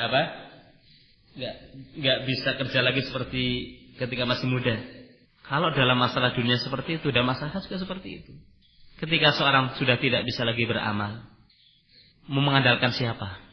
Sehingga di sini Rasul alaihi salatu wasallam melarang kita untuk meminta kematian.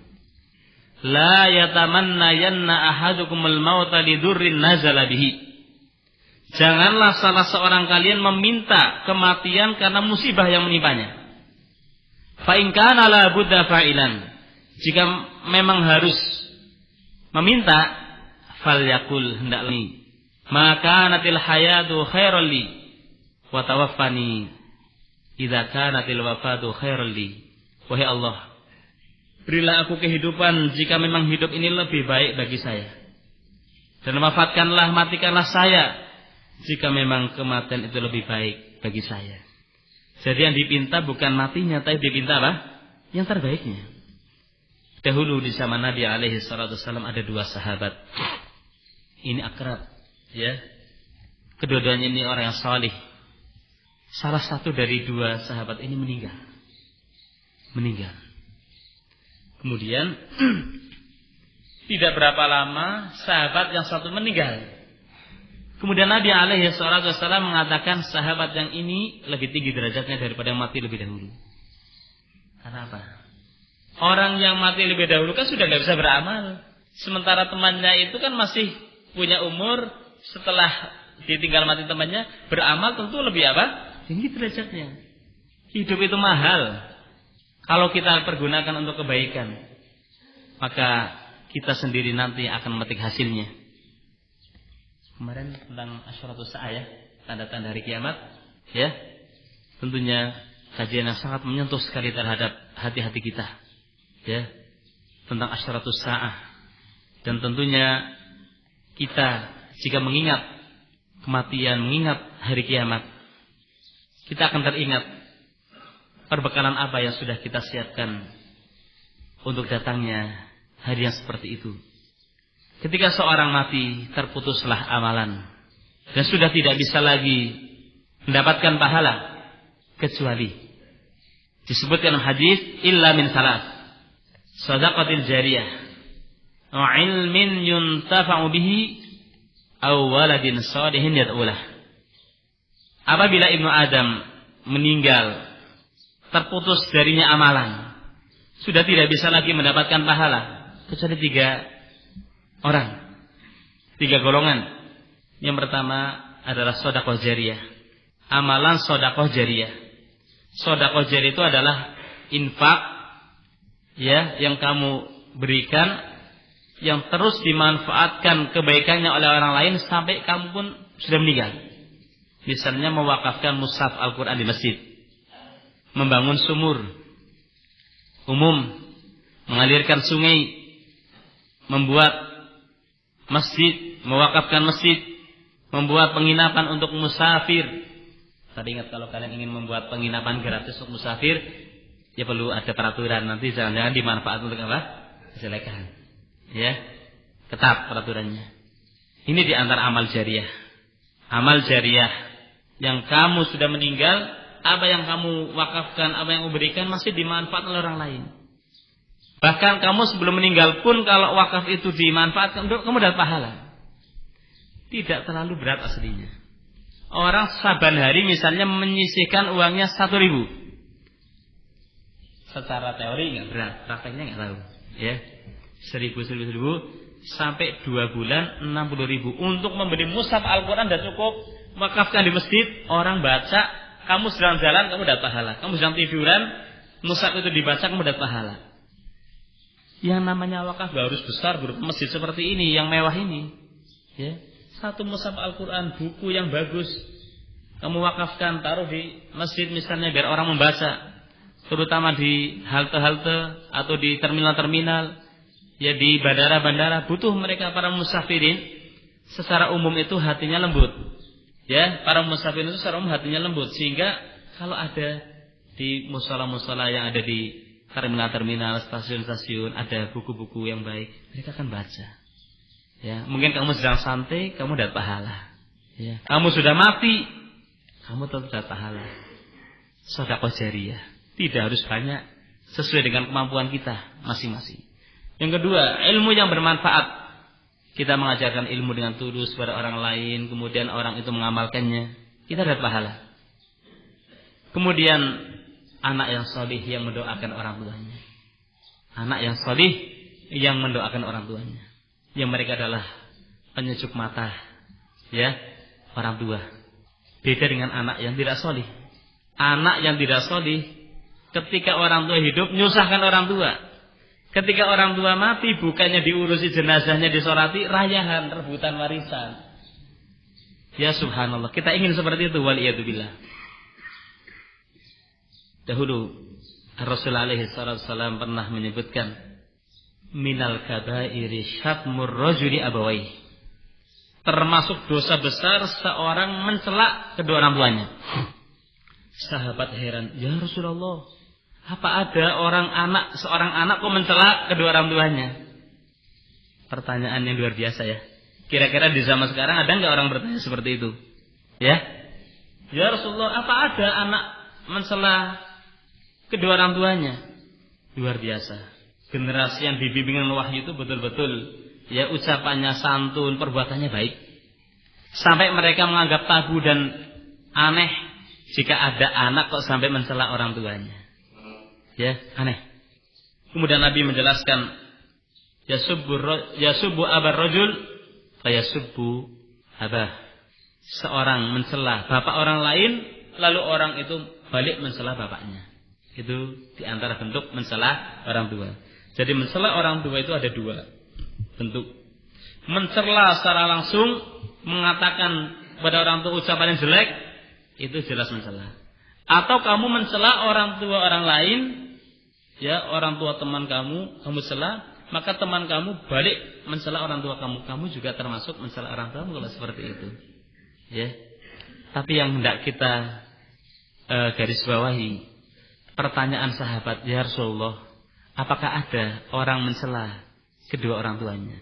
Yang kalau mereka tahu, para sahabat tahu, ya bagaimana banyak pemuda dan pemudi zaman sekarang, mungkin gak cuma menangis air mata, mungkin menangis darah. Sudah seperti ini jauhnya umat dari bimbingan syariat. Bukan hanya mencela lagi, bahkan ada yang memukul, bahkan ada yang melukai, mungkin ada yang lebih dari itu. Ada nggak yang bisa membunuh? Mungkin ada juga, subhanallah. Seperti itu. Apa kita ingin punya anak seperti ini? Berbeda sekali dengan kalau kita punya anak yang sholih. Ketika kita masih hidup, kita sejuk memandangnya, mereka pun taat pada kita. Nikmat yang luar biasa. Ketika kita mati sudah nggak bisa beramal, anak-anak sholih akan mendoakan kita. Rabbi firli wali walidayya warhamhuma kama rabbayani shaghira, dan yang lainnya. Seperti itu. Kemudian setelah seorang melewati alam kubur, alam yang panjang juga, lebih panjang daripada alam dunia. Dan di sana ada nikmat kubur dan ada ya siksa kubur. Dan seperti yang disebutkan pada pertemuan kemarin, bagaimana di sana adab kubur menimpa roh dan jasad ya mayit, nikmat kubur dan adab kubur. Perinciannya kurang lebih seperti ini. Nikmat kubur atau adab kubur terkadang menimpa ruhan wa jasadan. Menimpa ruh dan jasad bareng-bareng. Jadi jasad dikembalikan padanya ruh. Sehingga ruh dan jasadnya sama-sama apa? Merasakan nikmat kalau memang itu berhak mendapat nikmat, atau adab kalau berhak mendapatkan adab. Dan ada kalanya nikmat kubur atau adab kubur menimpa ruh tanpa jasad. Adapun pendapat yang ketiga, ya, jasad tanpa ruh, ini pendapat yang dhaif. Jasad diadab tanpa ruh. Kalau jasad dengan ruh dikembalikan kepadanya, iya. Atau ruh tanpa jasad, iya.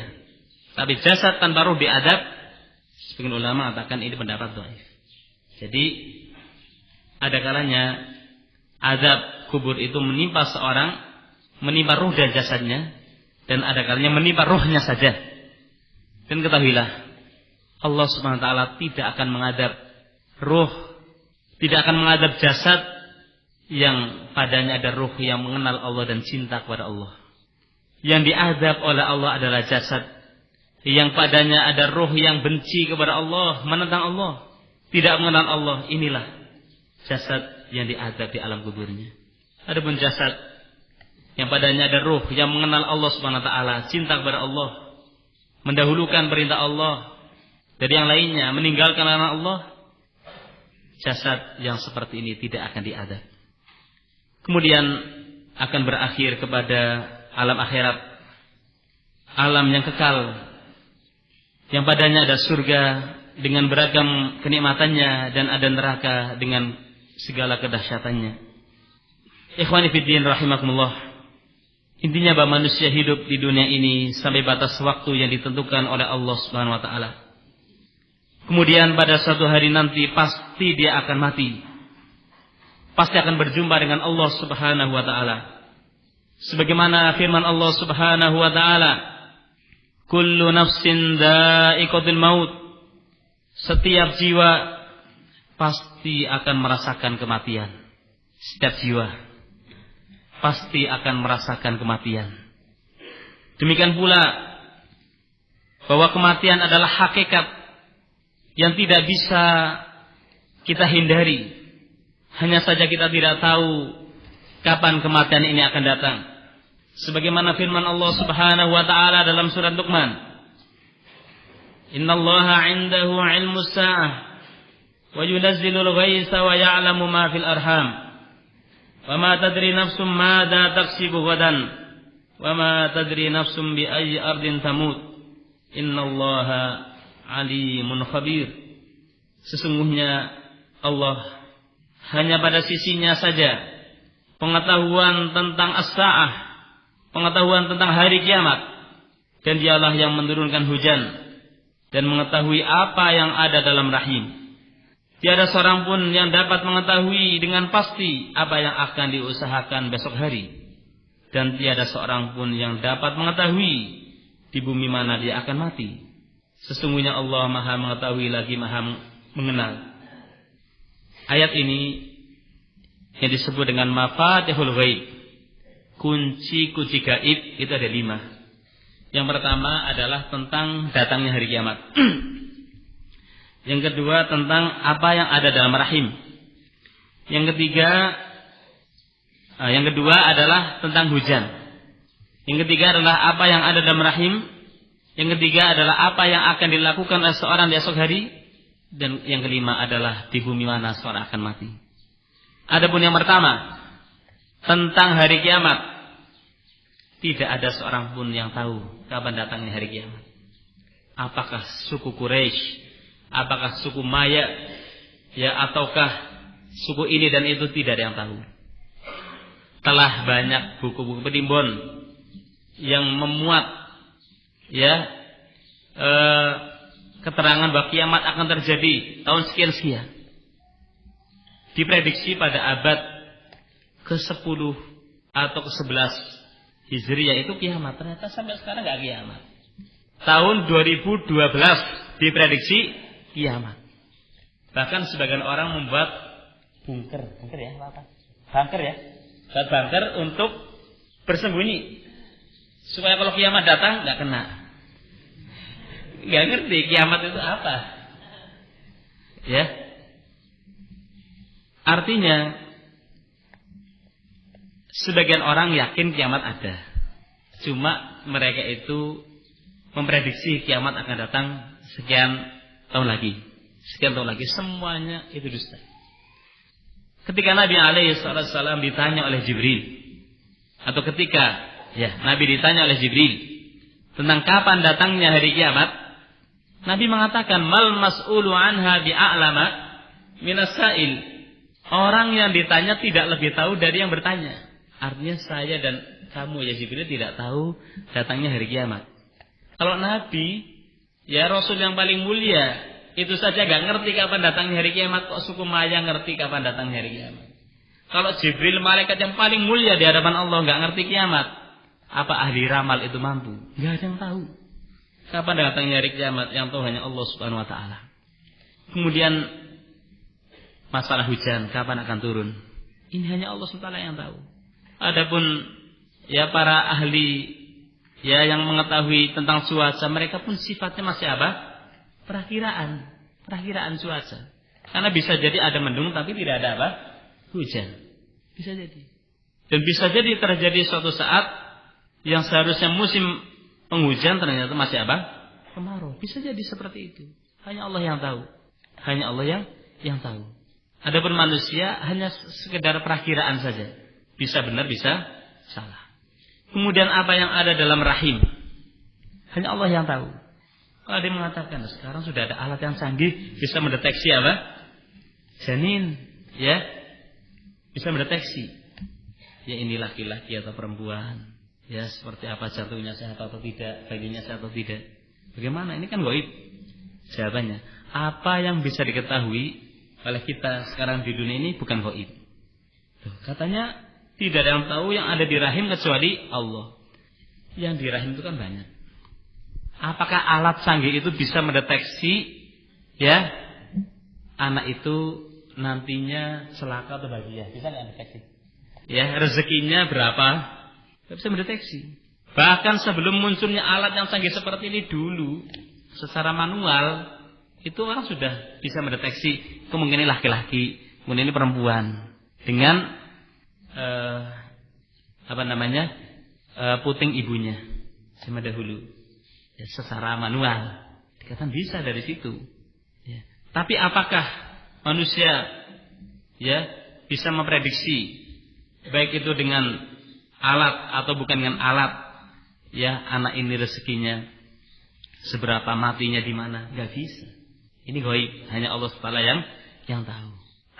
Nah, karena mungkin akan ada orang ngomong seperti itu. Bagaimana gaib? Ternyata udah ada alat. Nah, alat itu ya untuk mengetahui sesuatu yang memang bisa diketahui. Dan alat itu nggak bisa mengetahui yang memang tidak bisa diketahui, kan gitu. Sebagaimana dahulu sebelum ada alat pun orang sudah bisa memprediksi ini anak kira-kira lahir nanti laki-laki, ini perempuan dari puting ibunya. Kemudian wa ma tadri nafsum madza taksibu ghadan. Seorang tidak tahu apa yang akan diperbuat esok hari. Betul, Anda mungkin punya rencana, ya, badal Id mau nikah misalnya, badal Id mau buat rumah, bisa terlaksana, bisa tidak. Bisa jadi badal Id rencana buat rumah ternyata habis uangnya untuk lebaran misalnya, nggak jadi buat rumah, ya. Atau misalnya mau nikah ternyata badal Id perempuannya berubah, ya, yang tadinya mau sekarang apa? Nggak mau. Bisa terjadi seperti itu. Orang nggak ngerti perubahan kondisi. Orang itu hanya bisa merencanakan. Allah yang menentukan, ya, Allah yang menentukan. Orang nggak ngerti apa yang esok hari akan dia lakukan. Walaupun dia merencanakan, tapi toh semuanya kembali pada takdir Allah Subhanahu wa taala. Dan orang nggak ngerti di bumi mana dia akan mati. Syekh bin Utsaimin menceritakan kisah yang tragis sekali. Dikatakan pernah pada satu persimpangan jalan ada dua kendaraan, dia berhenti, yang masing-masingnya seperti mempersilahkan untuk dia akan kemudian yang lewat itu. Berhenti semuanya dua kendaraan ini. Dan gak ada yang lewat.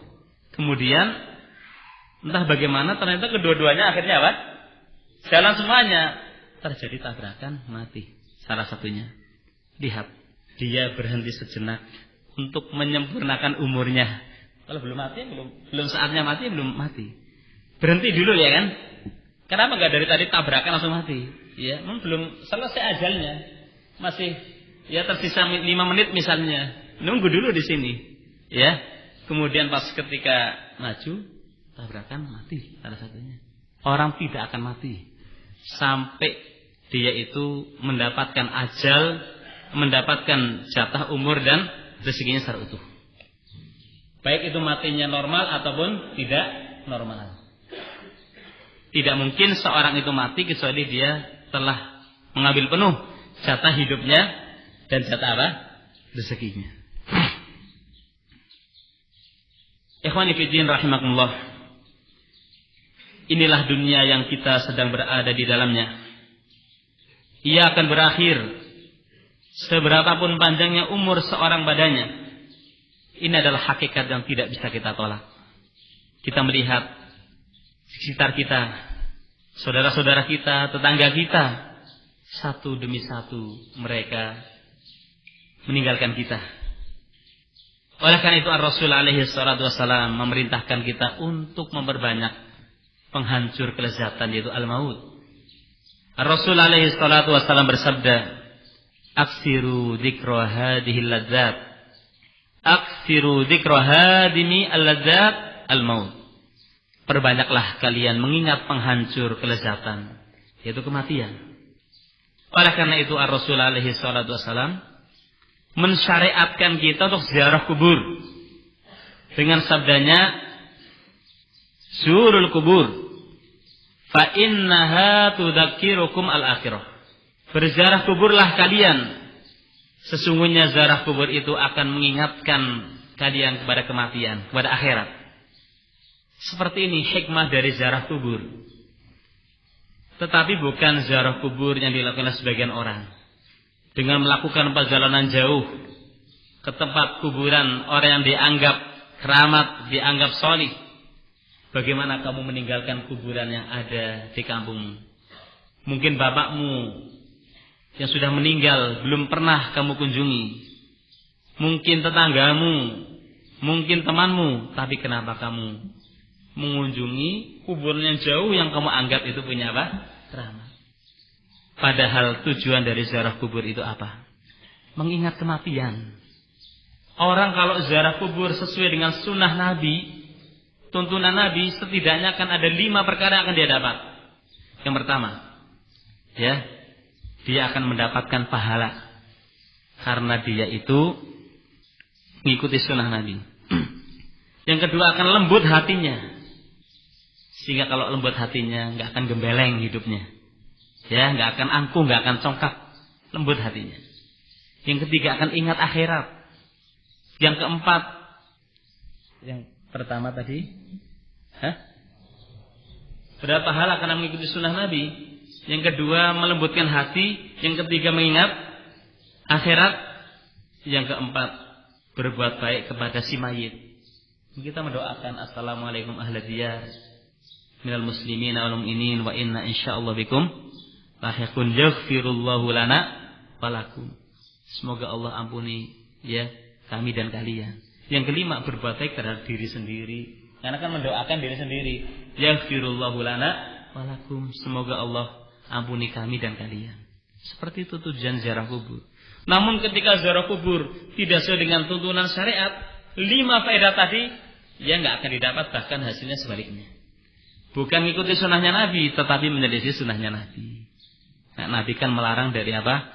Melakukan perjalanan jauh untuk ziarah kubur.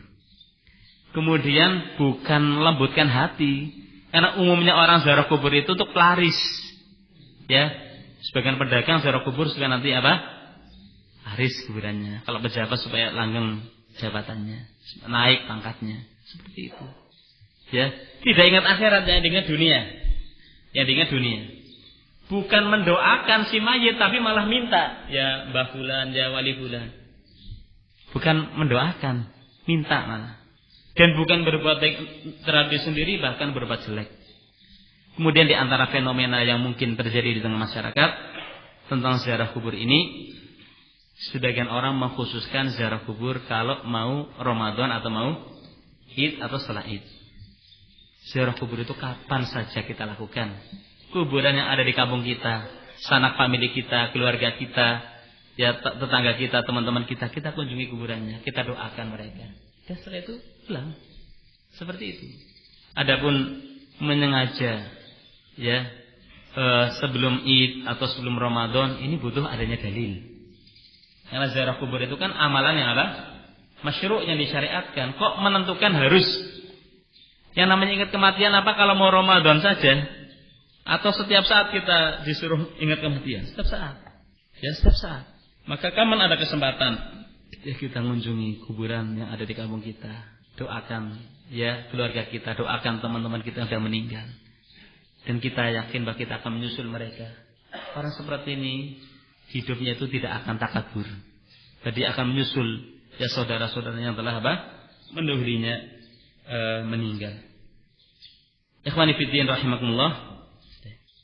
Ketahuilah bahwa dunia ini, jika dia membuat kita tertawa sedikit, dia akan membuat kita banyak menangis.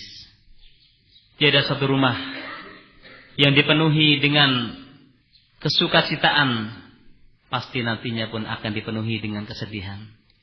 Roda zaman terus berputar. Kondisi manusia terus berubah dari satu keadaan kepada keadaan seorang sehat. Terkadang seorang berada di atas nikmat, namun tidak jarang juga dia sakit. Sesekali juga dia mungkin fakir. Seperti inilah kehidupan. Tidak pernah seorang langgeng dalam suatu keadaan. Oleh karena itu, seorang mukmin tentunya dia bisa menyikapi perubahan kondisi dengan syukur dan sabar. Di saat seorang berada dalam keadaan lapang, sehat, banyak nikmat, maka bersyukur pada Allah SWT seperti di bulan ini. Ya, kita banyak nikmat, kita banyak bersyukur pada Allah SWT. Nikmat sehat, nikmat kuat, nikmat harta dan semisalnya. Kita banyak beramal dengan nikmat ini.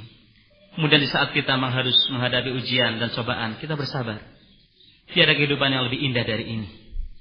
Berbeda dengan orang yang tidak punya iman. Di saat dia kaya, di saat dia punya berlimpah, harta meruah, foya-foya, hura-hura, tidak mengenal orang lain. Di saat harus menghadapi kenyataan yang pahit, menjerit, bersedih. Dan tentunya yang membedakan adalah iman kepada Allah SWT. Oleh karena itu, hendaknya kita selalu memupuk keimanan kita kepada Allah Subhanahu wa taala. Untuk season yang pertama kita cukupkan sampai di sini. Insyaallah kita lanjutkan nanti. Wallahu taala alam bissawab. Subhanakallahumma bihamdika asyhadu an la ilaha illa anta astaghfiruka wa atubu ilaik. Assalamualaikum warahmatullahi wabarakatuh.